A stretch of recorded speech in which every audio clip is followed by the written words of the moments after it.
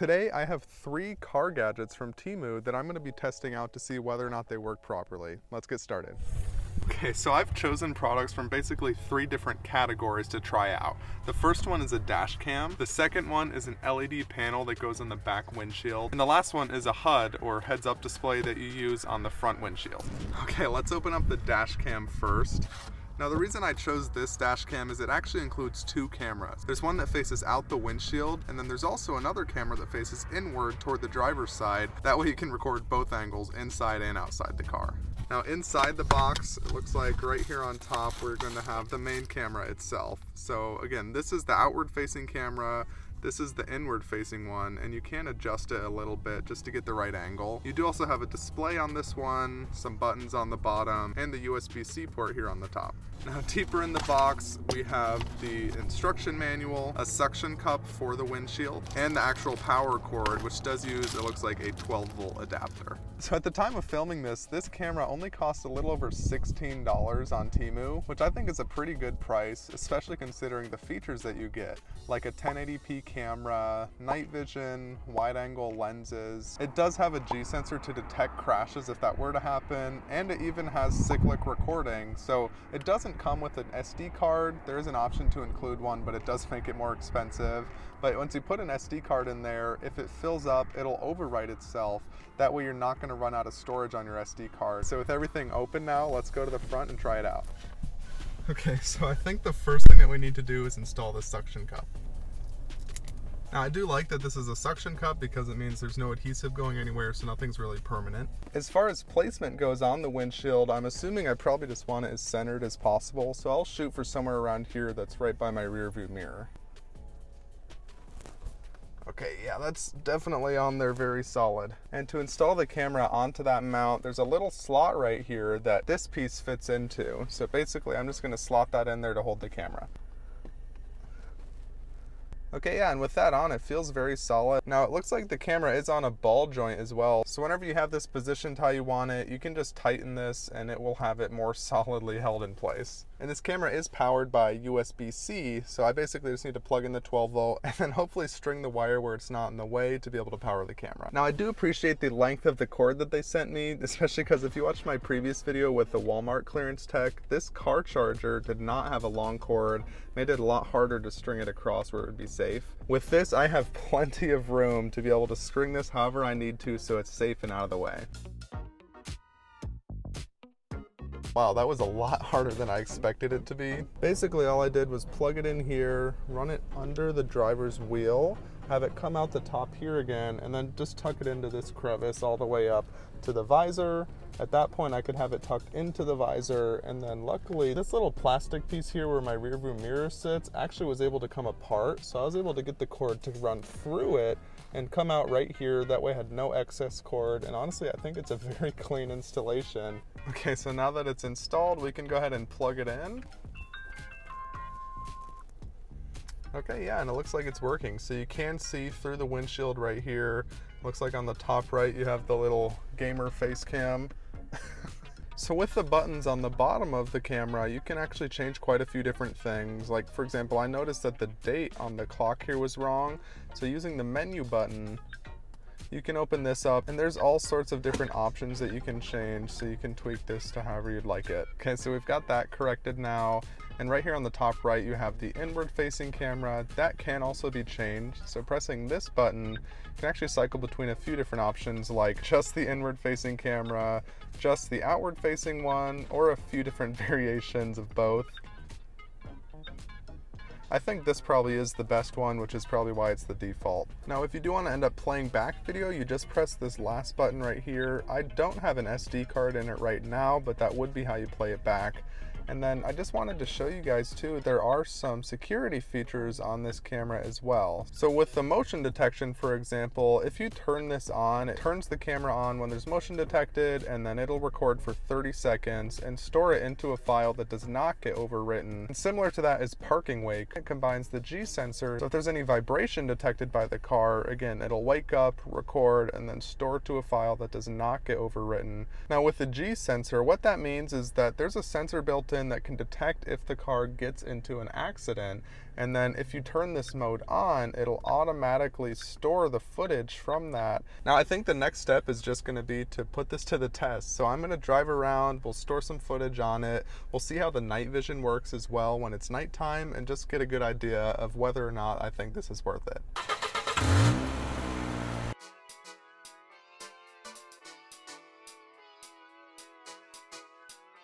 Now, a downside to the dash cam that I noticed pretty much immediately after I started testing it out is that the inward facing camera just doesn't seem to be angled in the right spot. So as you can tell, the camera is on the right side of the device. In the US, we drive on the left side of the car. So even though it's facing inwards, the FOV on the inward facing camera just isn't that high. And what that means is that when I'm sitting right here in driving position, the camera cannot see me literally at all. It's facing directly backwards towards my back seat. This might work a little bit better if you're in a car where the wheel is on the right side, but that is definitely something to note, because even though I can technically angle this so that it's facing me better while I'm driving, that does also give you the negative downside of not being able to see as much on the left side of the windshield.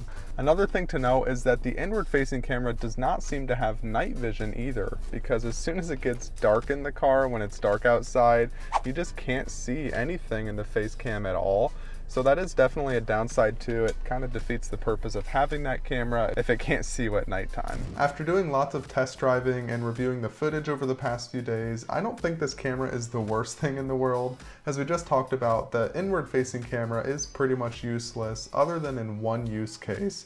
I did find that if your car is set up like mine, meaning that there's no people or obstructions in the back seat, it actually does record the road behind you through the back windshield. Now that's not the way it's intended to be used, but it does redeem it a little bit if you want to have footage like that. Another feature I haven't mentioned yet is you do have audio recording as well, which you can toggle on and off for privacy. So if you want to have no audio, you can just press a button to turn it off.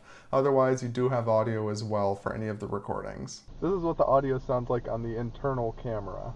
That all aside, I actually do think that the outward facing camera is pretty decent, at least for the price. I'm not dissatisfied with it. Now the recordings are nothing to write home about, the quality isn't great, but they do get the job done, and I would definitely say that they're clear enough to be used for review and dash cam footage for both daytime and nighttime. So overall, this dash cam is usable, but if I were doing this again, next time I probably would not get one that has the inward facing camera. The next product we have is a heads-up display. This is basically a device that projects or reflects a number right onto your windshield so that you can tell how fast you're going without having to look down at your odometer. And I have test driven a few cars that have had this feature, and I have loved it. So seeing this on Temu did give me some hope that maybe I'll be able to accomplish something similar using a cheap product. This one was only $10, so I mean, if this does work, it'll be a great addition to the car. Now this one does have a few different options. You can have it display either white or green color, and you can choose between either miles per hour or kilometers per hour. And it is also worth it to note, this doesn't actually connect to any of the sensors in your car. So as far as I'm aware, you just have to plug it in. It has all the sensors that it needs. And then again, you put it onto your dashboard to project up onto your windshield so you can see it at all times while driving. As far as what's in the box on this one, the main thing you're gonna have is the display itself. So this one has a 3-inch screen. Looks like we have some adhesive as well, so we can stick this down to the dashboard. It has a micro USB cord and obviously the user manual. So again, let's take this up to the front and test it out. And the way that this works is really cool. So it has a GPS built into it, which is then tracked by satellites, which detect how fast it's moving. And then that number is displayed by the numbers on the screen. And again, I do appreciate the length of this cord. It's gonna make it a lot easier to keep it discreet. Okay, I've got the cord plugged in, and we're gonna plug it into the device. Perfect, yeah, and it looks like it's working good. These are definitely bright, which is good because it's gonna be hard to reflect onto a glass surface if they're not bright. And as you can tell, I got the green color just because it was slightly cheaper than the white color.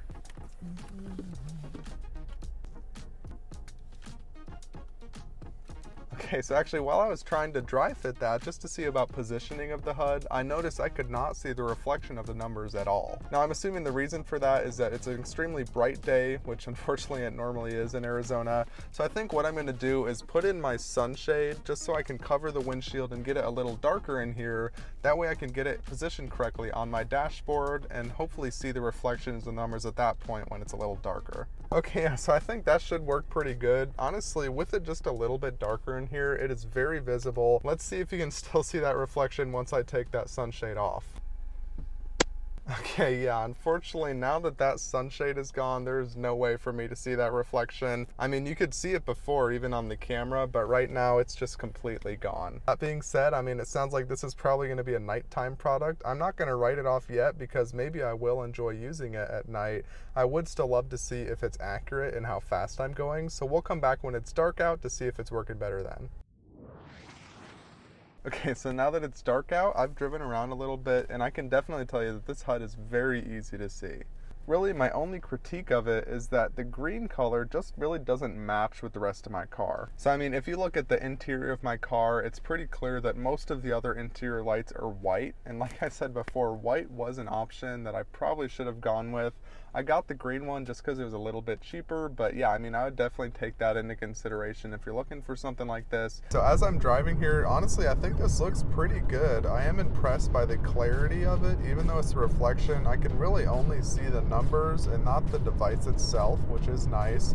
I did notice that it's kind of illuminating onto the dashboard and onto the windshield itself. There's a little bit of a green haze everywhere, so I do wish that you could adjust the brightness on this, and it is fairly accurate. So right now it says I'm going 62 miles per hour. If you look down at my odometer, you can actually tell that I have it set to cruise control and it's set to 60 right now. And even though it is close, it is off by a little bit, which may not necessarily be important if you're just looking for a ballpark of how fast you're going, but it definitely is important if you're trying not to speed. I would at least keep it in mind to go at least 2 miles per hour under what this device is telling you so you have a more accurate speed. Really, the main downside to this HUD is that the number is pretty much only visible when it's dark outside. It is maybe visible sometimes, especially as the sun is going down. It doesn't have to be pitch black like it is right now, but for the most part, and especially in my testing, I was not able to see it basically at all during daytime hours. So yeah, that being said, that basically restricts this device to be used 50% of the time. That might even be less depending on when you drive. If you do a commute in the morning and then the evening before the sun goes down, you might not even get a chance to look at it at all. But if you do drive at night, or if you would just like to have the option to use a HUD at least during the nighttime, then I mean, it does work at least then. So our next product is an LED pixel panel. Basically, this is something that you can put on the back windshield of your car to display all sorts of different things. It's customizable through your phone. It honestly just seems like a fun way to decorate your car and have fun custom messages or custom images show up on your back windshield. Inside the box of this one, here is the display itself. So this is about 3 by 7 inches. This is the cheapest one that they had too. There are different options that are a little bit more expensive, but they're definitely bigger than this. It seems like a pretty solid LED display. It's got the texture of most LED light strips that are waterproof. So as you can tell, it's very bendable, flexible, and pretty small. Honestly, it is smaller than I expected it to be. We've also got some precautions, a user manual, and a USB-A power cord. It also looks like this comes with some adhesive tape as well, which is nice. So luckily, I actually do have a 12-volt port right here in the back of my car, so this should make the installation very easy to get it on my back windshield. And I'm just going to be using this little inverter that I already have in my car to plug in the LEDs. The setup on this one should just be as simple as plugging in the USB. Wow, honestly, first impressions, this looks great. I really do like the colors. They're very saturated and it's definitely very bright. Okay, so as you can see, it's dark out now, and I think you can tell a lot better now just how bright and vibrant this thing actually is. I'm honestly really impressed by it visually. The next thing that I want to do is set up the app, because again, you do need to use Bluetooth in order to control what this says. There is a button on the actual cord itself, which you can use to change a few things like how the information is displayed. There's all sorts of different effects and options as far as the movement of how this is set up, but if you want to actually change the image on it, we're gonna have to set up the app. Okay, I'll put it back there for now. So in the user manual, there is a QR code that you need to scan in order to download the app. Perfect. So yeah, just like that, it looks like it is connected. Looks like we can tweak the brightness as well, which is definitely good because honestly, when I first turned this on, especially now that it's dark out, it was way too bright. And this bottom slider, it looks like is for the speed. So we can have that absolutely scrolling by. Now there are some tabs at the top of the app. This one says pattern. So as you can see, there's all sorts of different options in the app for different patterns, videos, pictures that you can play. You have dynamic or static options. So obviously dynamic is going to be more like videos. The static ones are just going to be stationary pictures. There is also another tab up here that says graffiti, which if you press this plus symbol right here means that you can actually draw your design yourself. Lastly, for the tabs, you do also have animation up here, which works the same. Just basically means that you can create your own animation. Okay, so it looks like the app is set up and working good. I do want to install this on the windshield before we go any further, just so we can try out all of the options. So let's do that. Okay, so after testing that out, I think I'm going to put it on the bottom left side of the windshield. And I do appreciate the fact that this is clear double-sided tape because it's not going to obstruct the image at all. Even if you were to put tape in front of it, you'd still be able to see through it. Okay, so there you have it. It's installed now, and honestly, I'm really happy with how this looks. I was able to step back and just take a look at it from afar, and I think it looks really cool, especially again at nighttime. This just catches your eye really well. The way I tweak the brightness, you can see the image clearly without it being too distracting or bright. So now I want to go through the different options for what you can actually have this display. So I mean, as you can tell, there are all sorts of different animated options in here that you can have displayed on your car. And another thing to note that I didn't realize till right now is that you can't even tell that this is really a light panel. During the day, I'm sure you'll be able to see the outline of the rectangle that this panel is, but at night, all I'm seeing are the LEDs that are illuminated, so it kind of just looks like it's floating here on the car, which does look really cool. Again, the effect works very well at night. And it looks like they even have some built-in ones here, so you can use it to identify that you're an Uber, Lyft, Uber Eats, or DoorDash driver. So yeah, honestly, I'm really impressed by the number of options that you have in here for the dynamic options. Again, you have all sorts of static ones too, like flags, for example. They've got all sorts of different options there as well, in addition to ones that are pre-made for you that are festive, like a Christmas themed one. It is also nice that in the graffiti section you can have your options saved. So this one that I tested out while I was setting it up is saved in there, so I can turn it on and off or switch between different ones and not lose access to this one. Now on the bottom here there is also a music tab. You can basically have this play whatever your phone is playing. It looks like it has a built-in Christmas one, so let's try that. So I'm not sure why you would want someone outside your car to see the levels of the music that you're listening to, but I mean, this would give you an accurate way to do so.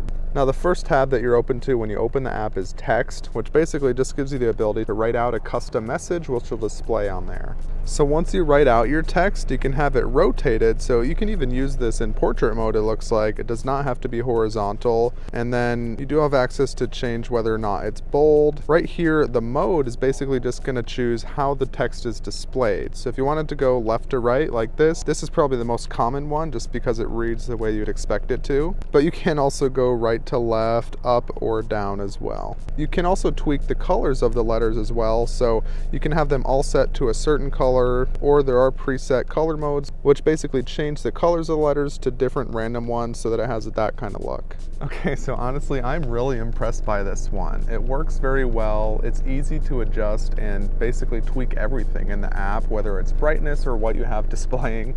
And the app was very easy to use too. Obviously installation is pretty easy too. You just plug it in and then use the adhesive tape that comes with it.